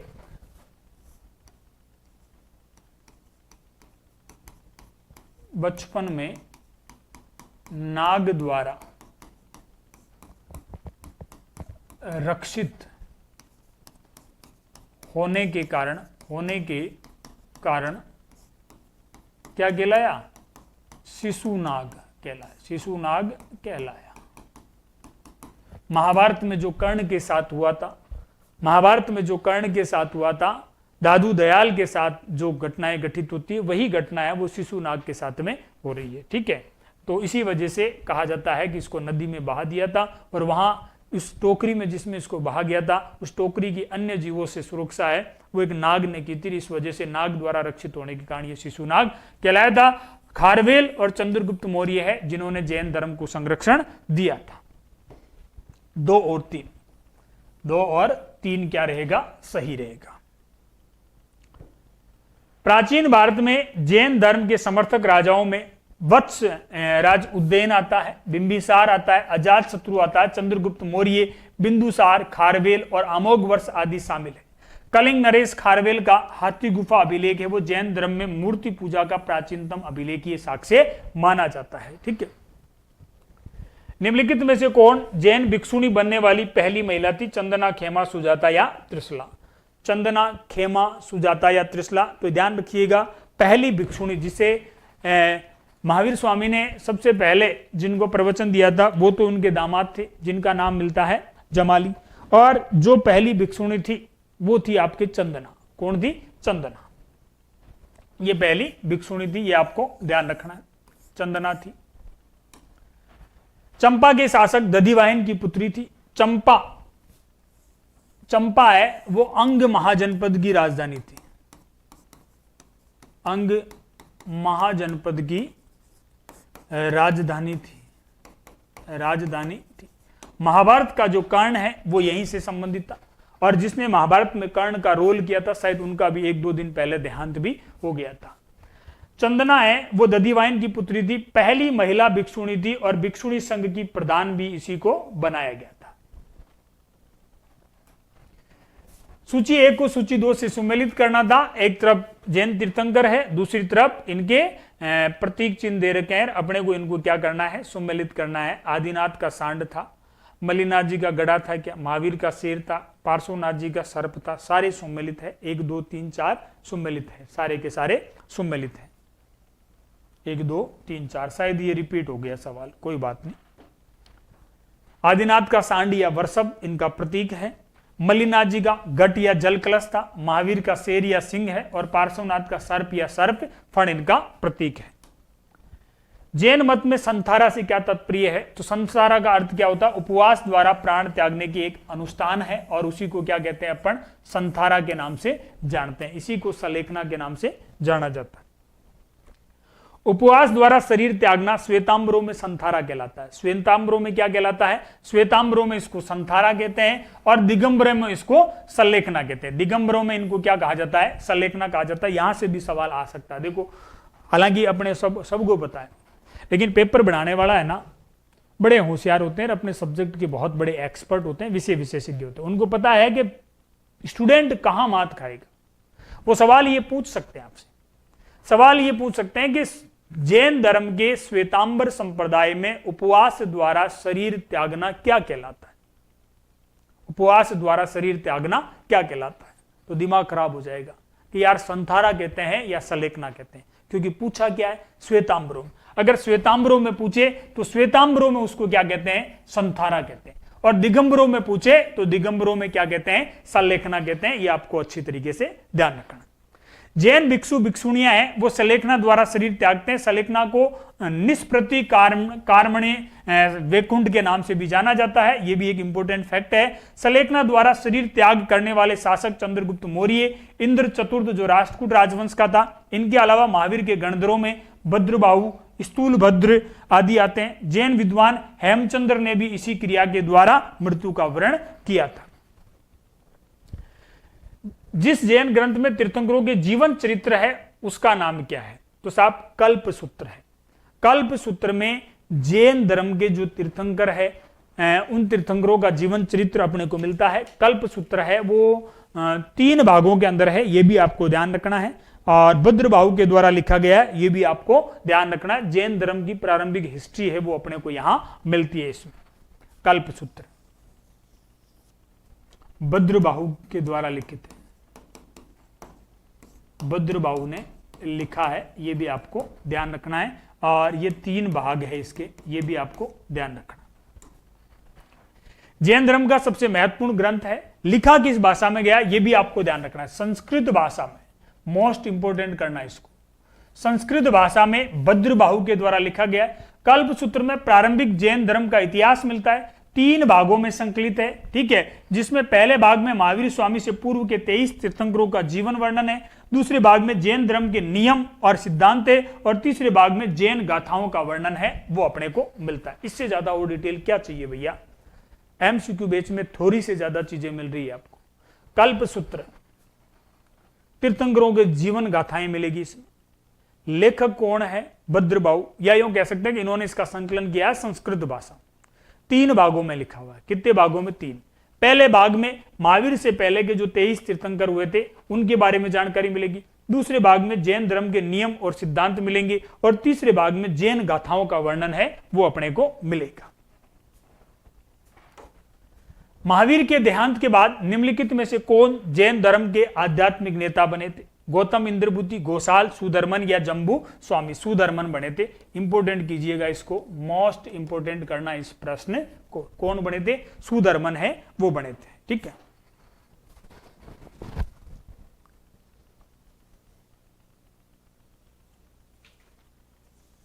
आ रहा है आनंद?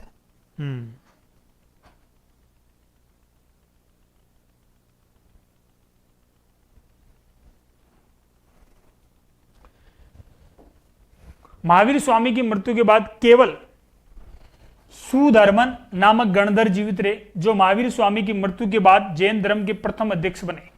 वही प्रथम थेरा थे, अंतिम थेरा भद्रबाहु थे, ये भी आपको ध्यान रखना। अंतिम थेरा कौन थे? भद्रबाहु। पहले कौन थे? सुधर्मन थे।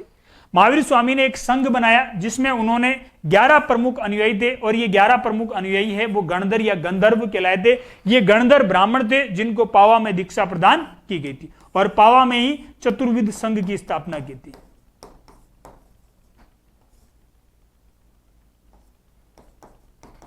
संघ की स्थापना की थी।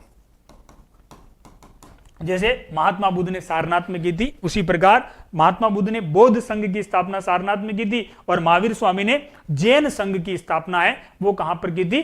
पावापुरी में की थी। निम्नलिखित में से किस भारतीय राजवंश ने जैन धर्म को राजकीय संरक्षण प्रदान नहीं किया? कौन सा भारतीय राजवंश है जिसने जैन धर्म को संरक्षण प्रदान नहीं किया? सातवाहन राजवंश ने नहीं किया था, नहीं किया था भैया। ये ब्राह्मण धर्म है, उसका संरक्षण, ब्राह्मण धर्म को इन्होंने संरक्षण प्रदान किया था। ब्राह्मण धर्म के पुनर्स्थापक अपन सातवाहन शासकों को कह सकते हैं, ठीक है। अच्छी तरीके से याद रखिएगा, सर्वप्रथम ब्राह्मणों को भूमि दान देने की प्रथा है वो सातवाहन शासकों ने प्रारंभ की थी। भारत में सर्वप्रथम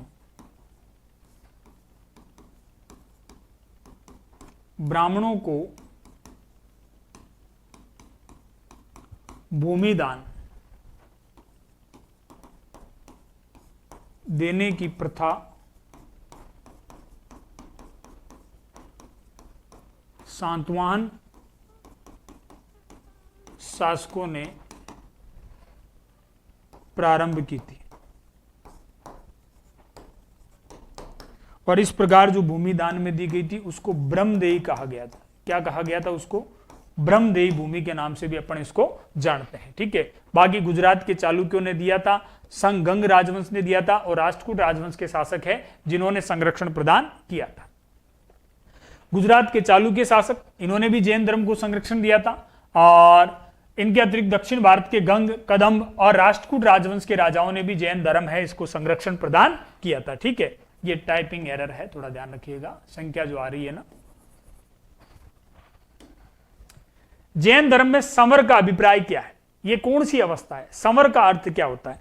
ध्यान रखिएगा, जैन धर्म में समर का अर्थ क्या होता है कि जब नए कर्म के प्रवाह को रोक दिया जाता है, जब कर्म जीव की ओर प्रवाह होने लगते हैं, जब कर्मों का जीव की ओर प्रवाह है उसको अपन किस नाम से जानते हैं? तो कर्म का जीव की ओर प्रवाह होता है उसको आस्त्रव कहा जाता है। कर्मों का जीव की ओर प्रवाह होता है उसको किस नाम से जानते हैं अपन? तो उसको आस्त्रव के नाम से जाना जाता है। जब कर्म जीव को बांध लेते हैं तो वो बंधन से ग्रसित हो जाता है। वो किससे ग्रसित हो जाता है? जब कर्म जीव को बांध लेते तो वो बंधन से ग्रसित हो गया। जब नए कर्म का प्रवाह रोक दिया जाता है, जब नए कर्म का प्रवाह है उसको रोक दिया जाता है तो उसको क्या कहते हैं अपन? उसको किस नाम से जाना? जैन धर्म में उसको संवर के नाम से जाना जाता है। किस नाम से? संवर के नाम से जानते हैं। जब पहले से विद्यमान कर्म है वो नष्ट हो रहे हैं, जब पहले से विद्यमान कर्म है वो क्या हो रहे हैं? वो नष्ट हो रहे हैं, तो उसको क्या कहते हैं? से का अर्थ होता है नष्ट, और उसको किस नाम से जाना जाता है? उसको निर्जरा कहा जाता है। क्या कहा जाता है? उसको निर्जरा कहा जाता है। तीनों कंसेप्ट क्लियर कर लो, तीनों कंसेप्ट क्लियर कर लो। यूट्यूब पे पढ़ाया था मैंने, सेकंड ग्रेड में सवाल आया था, फिलोसफी में भी आया था, ठीक है, वापस आएगा, हिस्ट्री में भी पूछा जा सकता है। जब कर्म जीव की ओर प्रवाहित होते, कर्मों का जीव की ओर प्रवाह है उसको आस्त्रव कहते हैं। जब व्यक्ति कर्म यानी कि कर्म जीव को बांध लेते हैं तो वो बंधन से ग्रसित हो जाता है। उसके बाद में जब नए कर्मों का प्रवाह, नए कर्मों का जीव की ओर प्रवाह रोक दिया जाता है तो उसको संवर कहते हैं। अब जो सिंचित कर्म है वो नष्ट हो रहे हैं तो उसको क्या कहते हैं? उसको निर्जरा कहा जाता है। सिंचित कर्मों का नष्ट होना क्या कहलाता है? निर्जरा कहलाता है। ध्यान रखिएगा, संवर और निर्जरा के कारण ही जीव को मुक्ति मिलती है। संवर और निर्जरा के कारण, यानी कि जब नए कर्मों का प्रवाह रुक जाएगा और विद्यमान कर्म है वो नष्ट हो जाएंगे, तब व्यक्ति को क्या प्राप्त होगा? मोक्ष प्राप्त होगा। ठीक है, ये आपको अच्छी तरीके से याद रखना। कर्म का जीव की ओर प्रवाह क्या कहलाता है? कर्म का जीव की ओर प्रवाह है उसको क्या कहते हैं अपन? आस्त्रव कहते हैं। जब जीव की ओर कर्मों का प्रवाह रुक जाता है तो उसको क्या कहते हैं? संवर कहते हैं।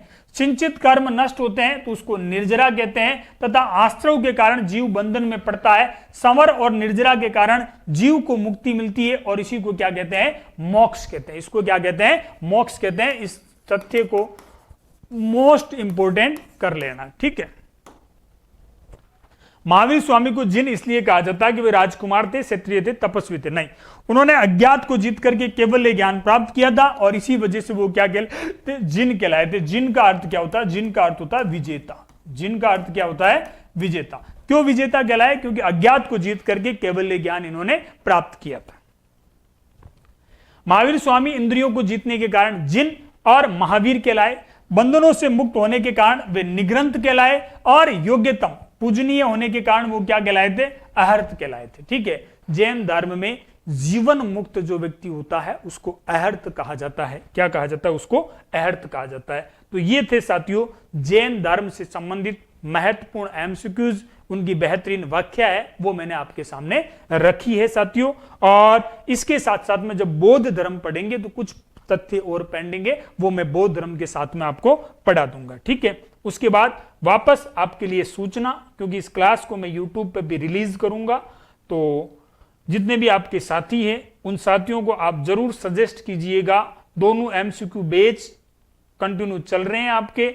अगर कोई सेकंड ग्रेड की तैयारी कर रहा है तो भी एमसीक्यू बैच के साथ जुड़ सकता है। एसएसटी का कंप्लीट 300 अंकों का पाठ्यक्रम और रीट एसएसटी का भी 300 अंकों का एमसीक्यूज बैच है, वो अवेलेबल है। दोनों बैचेज से अगर अभी आप जुड़ते हो तो आपको 25% ऑफ मिल जाएगा। इसके अलावा मैया पाठशाला पर उपलब्ध किसी भी कोर्स के साथ आप जुड़ते हो, ये वो कोर्स हैं जहां आपको ये डेमो क्लास के रूप में आपको मिलेगी। इस कोर्स से आप जुड़ सकते हो। कंप्लीट 300 अंकों का पाठ्यक्रम, और इसके साथ साथ में दीपावली की आप सभी को हार्दिक शुभकामनाएं। मैया पाठशाला की ओर से 24 अक्टूबर तक आप उपलब्ध किसी भी कोर्स के साथ जुड़ते हो तो आपको मिलेगा 25% ऑफ। कूपन कोड आपको दिवाली 25 यूज करना है। मैया पाठशाला एप्लीकेशन डाउनलोड कर लीजिएगा और वहां एमसीक्यूज बैच आपको मिल जाएंगे। एसएसटी का सेकंड ग्रेड का और एसएसटी रीट का एमसीक्यूज बैच मिल जाएगा साथियों। ठीक है, तो बहुत बहुत